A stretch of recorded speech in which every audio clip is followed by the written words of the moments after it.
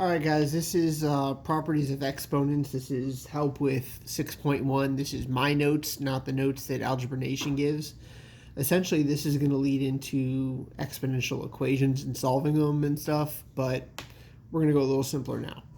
The main concept behind what we're doing today is if you have two things with the same base, you can figure out what the exponents are by making them equal to each other. So let's say we have 3 to the something, and I know it equals 3 to the 5. Well, what the heck could that something be? Well, there's only one thing that it could be. It's got to be 5. So the question mark has to equal 5. So this would be 3 to the 5 equals 3 to the 5. There's no other way around that. The way you'll normally see that written is something along the lines of 3 to the x equals 3 to the 7, something like that. Well, what would x have to be to make the two of these things equal? X would have to equal to 7. That's the main concept of what we're trying to do today.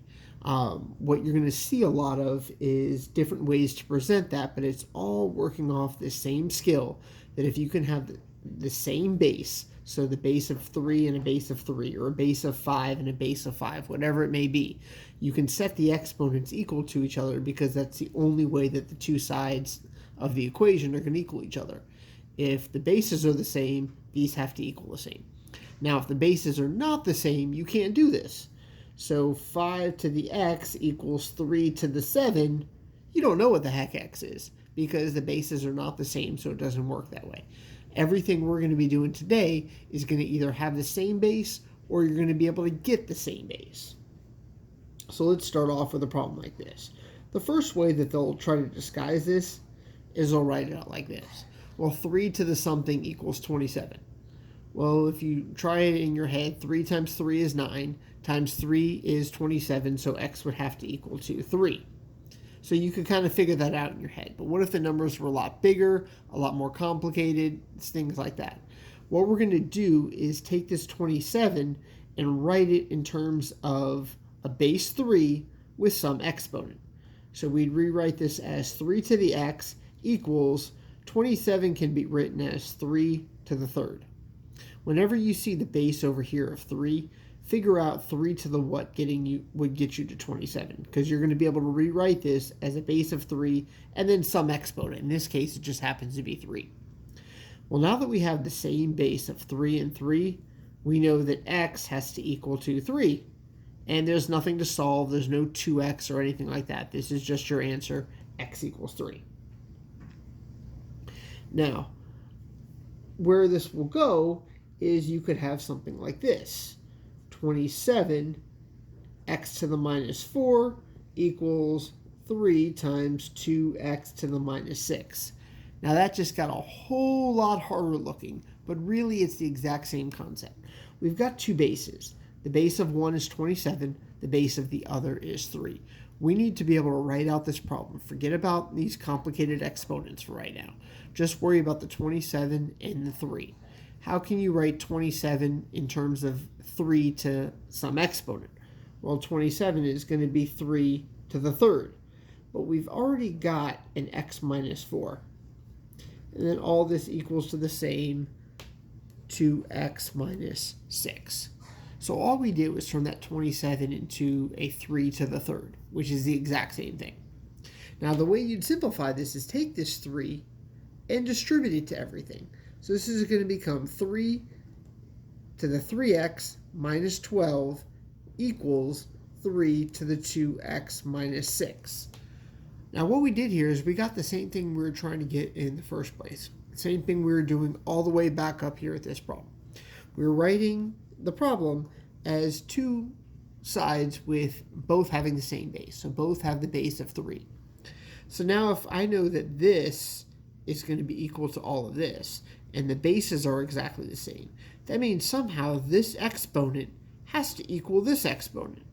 Well, I don't know what value of x I could plug in here, and the same value would get plugged in here to figure it out. So what we do is we take this exponent and set it equal to this exponent. So 3x minus 12 equals 2x minus 6. Since the bases are the same, we were able to completely get rid of them. So now it's just a matter of trying to solve. going back to the way we'd solve a regular equation, we got to get the variables to the same side. So we're going to subtract 2x, and I'm left with x minus 12 equals minus 6. I'm going to then add 12, and I end up with x equals 6. So the answer to this whole problem is x equals 6. That means if I were to plug a 6 in up here, 27 squared would be the same thing as 3 to the 12 minus 6, which would be 3 to the 6. That would be the exact same thing. That's ultimately the goal that we're going to try to do. And this problem here is no different from what we had up here. It's just kind of disguised a little bit more because they throw more numbers at you. They try to make it seem harder. It's really not any harder. Now let's go ahead and try another one.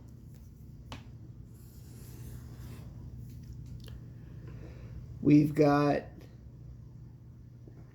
3 to the x over 2 times 3 to the x over 3,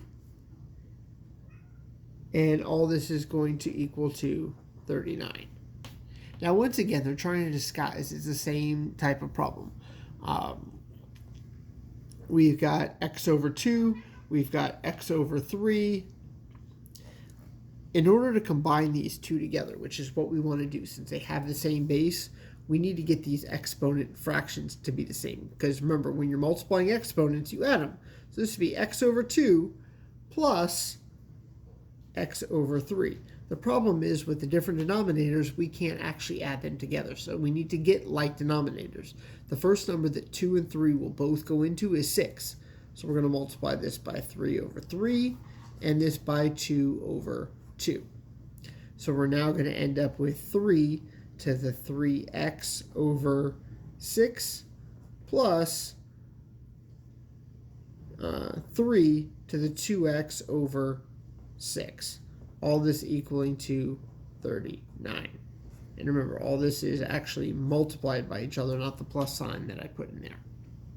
So now that we've got like denominators, we can go and add this together. So it's going to become 3 to the 5x over 6 equals to 39.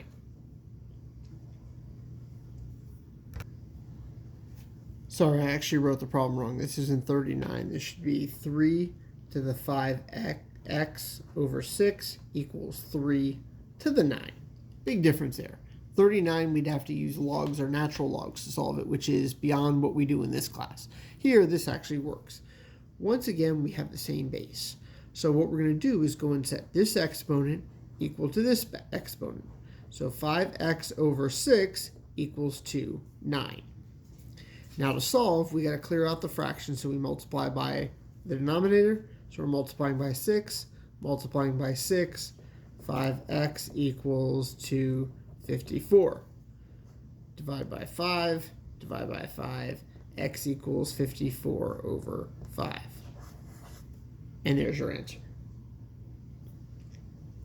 This is essentially what you're trying to do with all of these. It's all a matter of can you get to have the same base, and then you can end up solving them. You set the equations equal to each other.